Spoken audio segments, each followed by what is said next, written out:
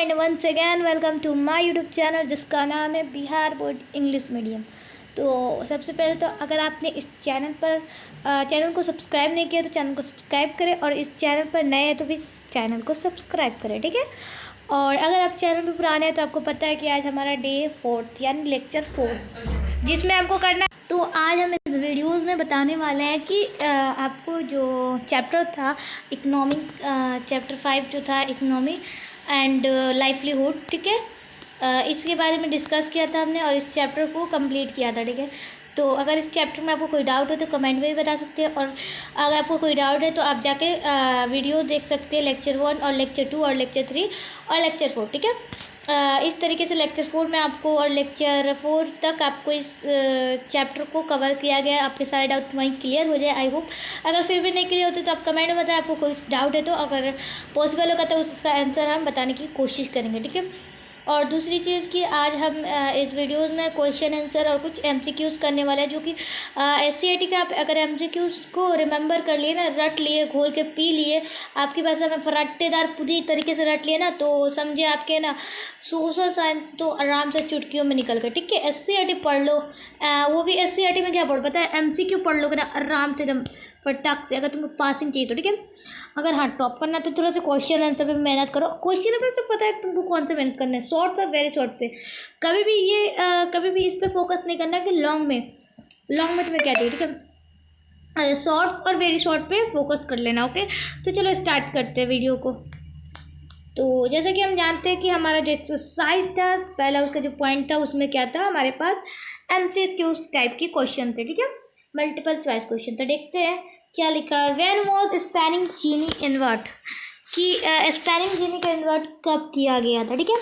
सबसे पहला option, I hope कि आपके माइंड में इसका आंसर आ गया हो, ठीक है। तो सबसे पहला ऑप्शन है 1769, 1717, 1773, 1775। तो इसका आंसर क्या है आपके माइंड में तो आ गया ही होगा, 1717, ठीक है। देन आगे बात करते हैं, who invented safety lamp, safety lamp का आविष्कार किसने किया, ठीक है, क्लियर बात। तो सबसे पहला ऑप्शन आता है हमारे पास जेम्स हैरग्रिव्स, जैक के क्रैम्पटन, हेम्पी डेवी, ठीक है, ये चीज़ थी हेम्पी डेवी। तो सबसे पहले जो इसका आंसर है हमारे पास करेक्ट आंसर क्या जाता है, जी हाँ, ऑप्शन डी हेम्पी डेवी, ठीक है। देन बात करते हैं आगे देखते हैं, ओके रुक जाओ 1 सेकेंड, आगे देखते हैं। When were cotton textile miles first establish in Mumbai, Mumbai में पहला कॉटन टेक्सटाइल की माइल कब एस्टेब्लिश की गई थी। सबसे पहला ऑप्शन 1851, नो, 1885, नो या यस, 1907, नो, 1914, नो। तो आपके हिसाब से कौन सा आंसर है, कमेंट करके बताएं। और इसका जो करेक्ट आंसर है 1851, ठीक है। In which city was the first jute mill set up in India in 1917, कौन सा सिटी है जिसमें जूट की पहले माइल को सेटअप किया गया था इंडिया में 1917 में, ठीक है। तो सबसे पहले आता है Kolkata, think about it, Delhi, Mumbai, Patna. तो जो इसका करेक्ट आंसर होगा, आई होप आपके माइंड में आ गया होगा, Kolkata is a correct answer, okay. Then आता है हमारे पास व्हेन वाज कोयला इंडस्ट्रीज स्टार्टेड इन इंडिया, कोयले की इंडस्ट्रीज कब स्टार्ट हुई थी इंडिया में। सबसे पहला ऑप्शन 1907, 1914, 1916, 1919। इसका करेक्ट आंसर इज बाबू भैया ए नंबर 907, ओके। इसको करेक्ट आंसर पे लगा। अगर तुमको डेट, हिस्ट्री की जो डेट है ना ज़्यादातर पता है तुमको कैसे याद होगी, ऐसी नहीं होगी कि तुम्हें एक टेबल बनाओ उसको अपने रूम में चिपकाओ, ये सबसे बोरिंग थिंग मैंने अपने टाइम में किया था, बट मुझे आज तक इसका फ़र्क नहीं समझ में आया कि मैं स्टडी टेबल, जिसको मैंने कभी स्टडी टेबल माना ही नहीं। मतलब एक बात बताती हूँ, रुको सीरियसली एक बात बताती हूँ कि ज़्यादातर लोग कहते हैं, जिसको भी देखो कि तुम एक सिंपल सा पेज लो, ओके, अरे यार मैं भी कितनी बेवकूफ़ हूँ, देखो सिंपल सा पेज लो, ऐसे लोग कहते हैं, ठीक है। इस पर डेट लिखो, कब का कब हुआ था, उसका मुगल का नाम लिखो, जो भी इस तरीके का बनाओ, और देन उसको चिपकाओ अपने रूम में, और उसको रोज़ सुबह देखो, रोज़ सुबह रिवाइज करो और याद करो। नहीं भाई, ये सब मेरे से भी नहीं होता है। आई होप कि ये सब 50 से 75% स्टूडेंट के साथ भी नहीं होता है, ठीक है। मेरे पर ये चीज़ें काम नहीं करती। मेरे पास पता है क्या काम करती है, मेरे पास काम करती है किसी भी चीज़ का वीडियो देखना, या किसी भी चीज़ को ना 10 बार पढ़ लो, वो मेरी चीज़ याद होगी। लेकिन जो डेली का वे होगा ना, उससे मेरे को याद नहीं। देखो, सबसे पहले अगर तुम्हें जब एग्ज़ाम है ना करीब, तो सबसे पहले PYQs करो। PYQs में ये जो क्वेश्चन है ना, कोलकाता वाला हो गया, ये वाली होगी, ये क्वेश्चन तुमको 10 बार मिलेगी। और 10 बार में क्या होगा, तुम्हारा जो माइंड का सेटअप होगा ना, वो बहुत तेज़ी से बढ़ेगा। ठीक है, जैसे 1891 तुमने यहाँ पे बताया, मतलब यहाँ पे तुमको नहीं पता था 1891 होगा। ठीक है, लेकिन तुमने टीचर से सुना कि वीडियोस में सुना कि 1891 होंगे। ठीक है, फिर तुमने क्या किया, नेक्स्ट जब दूसरे 2021 की किए PYQs में, तो ये क्वेश्चन मिल गया था। तुम उस वक्त क्या हो गया कि हाँ, मैंने इस क्वेश्चन को पहले किया था, यानी इसका आंसर 1891 होगा। फिर देन उसको 2 साल बाद देखोगे तो यही चीज़ें रिपीट हुई हैं, तो देन तुमको वो चीज़ें क्या होंगी, रिमेंबर होंगी, मेमोराइज होंगी। ठीक है, ये चीज़ें ध्यान में रखना। हाँ, मैं मानती हूँ कुछ स्टूडेंट को पेपर वाली चीज़ें ईजी लगती हैं, याद हो जाती है, बट मेरे पे वर्क नहीं करता। अगर आप पे वर्क करता है तो आप करें। और ये भी चीज़ें बहुत अच्छी है कि रेगुलर चीज़ें को देखना, बट मेरे को बहुत आलसी पाना लगता है और मुझसे ऐसा होता नहीं।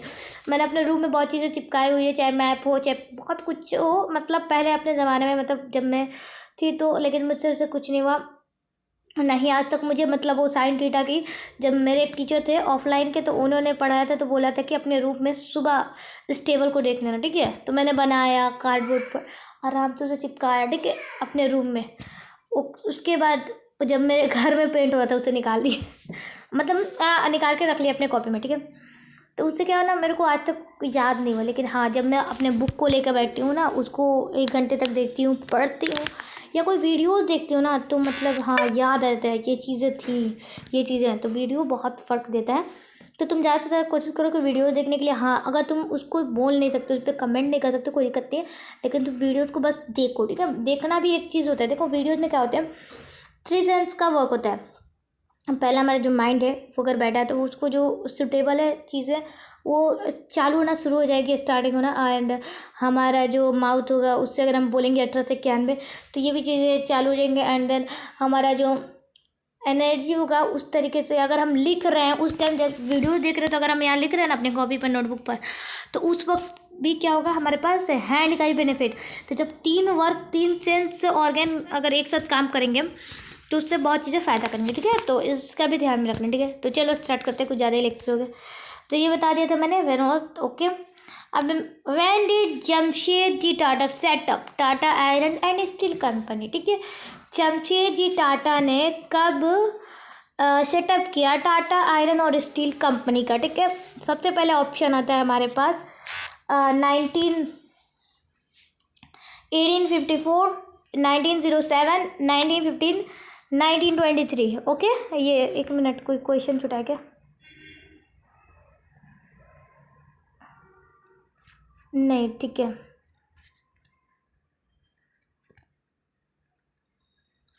Okay okay, 1 second. इसका मैंने क्या बताया था, 1907 बताया था क्या? नहीं, इसका 1914 होगा। ठीक है, इस पर करेक्ट करना। क्या पूछा गया था, वेन वॉज कोयला इंडस्ट्रीज स्टार्ट। कोयला का जो इंडस्ट्री था वो कब स्टार्ट हुआ, तो 1914 में। ठीक है, इसको याद रखना, थोड़ा सा मिस्टेक हो गया था वीडियोज़ में। ठीक है, तो इसको 1914 याद रखना। एंड देन आगे बात करते हैं, जमशेदजी टाटा का सेटअप कब हुआ था, आयरन स्टील कंपनी। सबसे पहला ऑप्शन आता है हमारे पास 1854, जी नहीं। 1907, 1915, जी नहीं। 1923, जी नहीं। हमारे पास जो ऑप्शन इसका करेक्ट है 1907 इज द करेक्ट है। ठीक है, देन आगे बढ़ते हैं, when was the Tata hydro electric power station setup in India.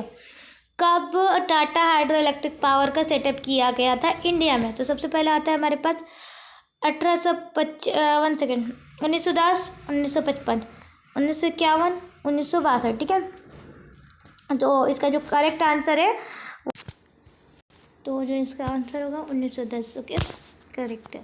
Then आगे बढ़ते हैं, क्या क्वेश्चन किया गया हमसे, when did all male and female, once again, when did all male and female get right to vote in England. England में male और female को कब हक मिला, राइट्स मिला वोट देने का। ठीक है, तो सबसे पहला ऑप्शन 1838, 1831, 1918, ठीक है, 1932। तो जो इसका सही आंसर होगा 1918। ठीक है, सही आंसर क्या होगा 1918। तो देन आगे बढ़ते क्या क्वेश्चन है, when was the all India trade union Congress form, ठीक है, जिसका शॉर्ट फॉर्म ATUC, इसका फुल फॉर्म भी कभी कदार पूछ जाता है एग्जाम में, तो ध्यान में रखना, ठीक है। तो जिसका आंसर होगा 1848, ओके, 1881, ओके, 1885, 1920, ठीक है। तो जो इसका करेक्ट आंसर है 1920, ठीक है। तो आता है हमारे पास when was the first factory act pass in India, पहला फैक्ट्री एक्ट कब पास हुआ इंडिया में, ठीक है। तो जो इसका करेक्ट आंसर 1838, 1858, 1881, 1911, ठीक है। तो जो इसका करेक्ट आंसर क्या होगा, तो जी हाँ, आंसर इज अ करेक्ट 1881, ठीक है। तो देन बात करते हैं फिलिंग इन द ब्लैंक्स में, ठीक है, कि चार्टिस्ट एक्ट कब और कहाँ फॉर्म होता है, कुछ इस तरीके से जो भी है। तो आपको समझ में तो आ ही गया होगा। देन कोशिश करते हैं इसको फिलअप करने की, क्योंकि इस पर लिखा नहीं बनता ना। ओके, तो जो हमारा है फिलिंग इन द ब्लैंक्स में पहला क्वेश्चन है कि chartist movement was started in 1838 eight, chartist movement शुरू हुआ था 1848 में, कहाँ पर, ठीक है, मैं यहाँ लिख रही हूँ, ठीक है। तो आप लोगों को तो पता ही होगा 1838 में चार्टिस्ट एक्ट लंदन में शुरू हुआ था। ओके, देन आता है हमारे पास लेबर यूनियन एक्ट पास इन, लेबर यूनियन एक्ट कब पास हुआ था, कब पारित हुआ था, तो 1926, ठीक है। देन आता है मिनिमम वेजेस एक्ट, मतलब मिनिमम से मिनिमम वेजेस ही उठाएंगे, ये एक्ट कब पास हुआ था, तो 1948, ठीक है। 1 सेकेंड, 1948, ठीक है, नोट कर लेना। International labour organisation was formed, जो इंटरनेशनल लेबर ऑर्गेनाइजेशन थे, ये संगठन था, कब फॉर्म्ड किया गया, ठीक है।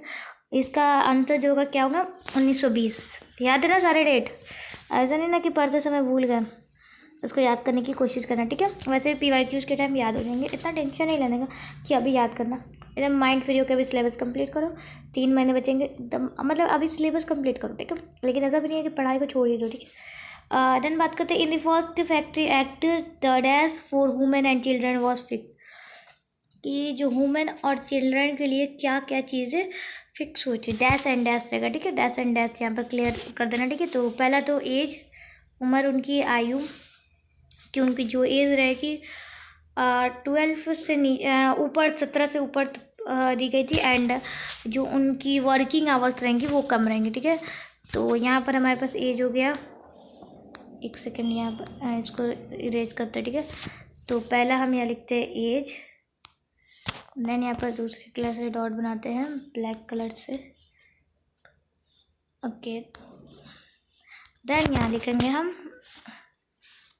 वर्किंग आवर्स, ठीक है, काम करने के घंटे, ठीक है।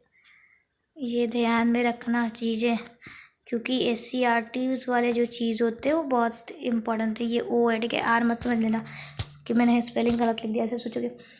तो ये चीज़ें हुई। देन बात करते हैं मैच करना है, ठीक है। देखो यहाँ पे मैच इंटरनेट में कितने गलत गलत तरीके से लिखे रहते हैं, ठीक है। तो सबसे पहला हमारे पास जो है, थोड़ा ध्यान से देखते हैं, मैच करना है ना, ठीक है, कि किसने क्या किया था। तो स्पेनिंग जेन, ठीक है, जो जेनी मतलब किसने इन्वेंट किया था, तो जो इसका आंसर होगा वो क्या होगा, जेम्स हारग्रीव्स, ठीक है, जेम्स हारग्रीव्स। देन आता है फ्लाइंग शटल, ठीक है, ओ स्क्रीन शॉट हो गया। देन आता है हमारे पास फ्लाइंग शटल, ठीक है, जो फ्लाइंग शटल है वो किसने इन्वेंट किया था, जॉन के, यहाँ देखो D नंबर। देन आता है हमारे पास पावर लूम, जो पावर लूम है वो किसने किया था, किसका था, तो पावर लूम एडमिन हाँ एडमिन कार्टवरिट, एडमिन कार्टवरिट, ठीक है। देन आता है हमारे पास स्टीम इंजन, स्टीम इंजन का आविष्कार किसने किया था, स्टीम इंजन का, जेम्स वॉट ने, ठीक है, जेम्स वॉट, ठीक है। और देन देखते हैं next spinning mule, spinning mule का किसने आविष्कार किया था, देखते हैं, तो स्म्यूल क्रैम्पटन, स्म्यूल क्रैम्पटन, कुछ इस तरीके से मैं यहाँ लिख देती हूँ। देखो सबसे पहला पहला का ई, ओके, दूसरा का हमारे पास क्या जाएगा, येलो है ना, डी, ओके। देन हमारे पास तीसरा का admin, B, right, B. Then चौथा का बोले तो चौथा का क्या था हमारे पास, steam engine, James Watt, C, okay. पांचवा का ए। इस तरीके से तुम मैच करा लेना, ठीक है, ये शॉर्ट की, ठीक है। देन आगे बात करते हैं आगे क्या चीज़ें हमसे पूछी गई हैं। Very short answer question, answer in 20 word. देखो क्या क्या पूछा गया है, पहले इसको रेड करते हैं, okay. Mention any 2 causes of development of factory system. कुछ दो कारण, कुछ दो चीज़ों के बारे में बताइए जो डेवलपमेंट, फैक्ट्री सिस्टम के डेवलपमेंट के बारे में, ठीक है, मेंशन कीजिए। How to bourgeois classes emerge, bourgeois classes जो चीज़ें थी उसको कैसे इमर्ज किया गया, ठीक है। Where the main industries in India in the 18th century, जो 18th सेंचुरी जब चल रही थी तो उसमें जो मेन इंडस्ट्रीज थे वो क्या थे, ठीक है, उसके बारे में। What do you mean by deindustrialisation, आपके मतलब क्या मतलब, डी इंडस्ट्रियलाइजेशन के मतलब क्या है, ठीक है। देन बात करते हैं when was industrial commission appointed, तो इंडस्ट्रियल कमीशन अपॉइंट कब किया गया था और कौन कौन से उसके ऑब्जेक्ट है, मतलब क्या क्या ऑब्जेक्ट है उसके बारे में, पॉइंट के बारे में बात कीजिए, ठीक है। सबसे पहले इसको स्टार लगाओ और एक इसको स्टार लगाओ, ठीक है, डी इंडस्ट्रियलाइजेशन को, ये चीज़ों को स्टार लगा लेना। देन शॉर्ट आंसर क्वेश्चन की बात करते हैं तो what do you mean by industrialisation, industrialisation का मतलब क्या है, तो इसको तो स्टार लगा लो, इसको लिख लेना, ठीक है, नोटबुक में। What do you industrialisation affect worker livelihood, जो इंडस्ट्रियलाइजेशन थी वो कैसे जो वर्कर थे उनकी ज़िंदगी पर अफेक्ट किया, ठीक है। How do slam system begin, slam system जो चीज़ें थी वो कैसे शुरू हुई, ठीक है। When was the minimum wage act, जब मिनिमम वेज एक्ट जो चीज़ें थी वो कब पारित हुई और क्या ऑब्जेक्ट थे उसमें, ठीक है। कोयला और iron industries kicked off industrialisation, कैसे, जो कोयला और आयरन इंडस्ट्रीज थे वो इंडस्ट्रियलाइजेशन को किक्ड अप कर रहे थे, कैसे, हाउ। इसको कुछ इस तरीके से आप आंसर को लिख के, कुछ चीज़ें अपने से लिखे, कुछ चीज़ें बुक से मिलाकर लिखे, ऐसा मतलब यूनिक आंसर बना, ठीक है। और इस चीज़ों को थोड़ी रटने की ज़रूरत होती है क्वेश्चन आंसर को, तो क्वेश्चन आंसर रट लो, रटने में कोई बुराई नहीं है। ऐसा कोई कहता है कि रट्टा मत मारो, समझ के पढ़ो, अरे समझ के पढ़ो, ठीक है, लेकिन एग्जाम में रट्टा मारना ही वाली चीज़ होती है, ऐसा नहीं। हाँ तो लॉन्ग को समझो, ठीक है, और शॉर्ट को थोड़े रट्टा मारो, ऐसे क्लियर रहेगा कि हाँ ये आंसर एकदम एग्जैक्ट मैंने लिख कर आया तो अच्छे था, ठीक है। बाकी देखते हैं आगे क्या कर रहे हैं। Explain the causes of industrialisation, क्या क्या चीज़ें उसके चीज़ें थी, एक्सप्लेन कीजिए कॉजेस की इंडस्ट्रियलाइजेशन की, ये लॉन्ग में लिख रहा है, ठीक है। ये चीज़ें पूछती है, उसको स्टार लगाओ, ठीक है। देन बात करें throw light on the changes as the result of industrialisation, light जो चेंजेस की थी वो किस तरीके से इंडस्ट्रियलाइजेशन के रिजल्ट के में सामने आई, ठीक है, इस तरह। What do you mean by colonialism, industrialization ये ब्रथ टू क्लोनाइजम, हाउ। मेरे पास बहुत इंपॉर्टेंट मैंने क्वेश्चन रखा है, ठीक है, मैं आपको एग्ज़ाम के टाइम में मतलब जल्दी दूंगी, ऐसा नहीं कि एकदम एंड टाइम में ही दो तो बच्चे तो याद ही ना कर पाए प्रेशर में, ठीक है। तो कम से कम 40-50 क्वेश्चन होगा, 20-30 लगभग, तो उसको थोड़ा पढ़ लेना, ध्यान देना ना उस क्वेश्चन पर, क्योंकि मुझे ऐसा लगता है वो जो क्वेश्चन है ना बहुत इंपॉर्टेंट क्वेश्चन है, मैंने खुद एनालाइज किया है, वो क्वेश्चन बहुत अच्छा है, ठीक है, तो उसको थोड़ा पढ़ लेना। देन बात करते हैं throw light on importance and utility of cottage industries, जो थ्रो लाइट था उस पर क्या इंपॉर्टेंस है और जो कॉटेज इंडस्ट्रीज पे यूटिलिटी है उसके बारे में लिखना है, ठीक है। और इंडस्ट्रियलाइजेशन कैसे इन्फ्लुएंस किया नॉट इकोनॉमिकल स्ट्रक्चर पे बट पेव किया किस पे, जो पॉलिटिकल चेंजेस आए किस तरीके से, ठीक है। ये क्लास डिस्कशन और ये कुछ सारे चैप्टर है, chapter 6 urbanisation and urban life, ये हम कल स्टार्ट करेंगे। एंड चैनल को सब्सक्राइब करना, मिलते हैं नेक्स्ट वीडियो में, बाय बाय, ओके।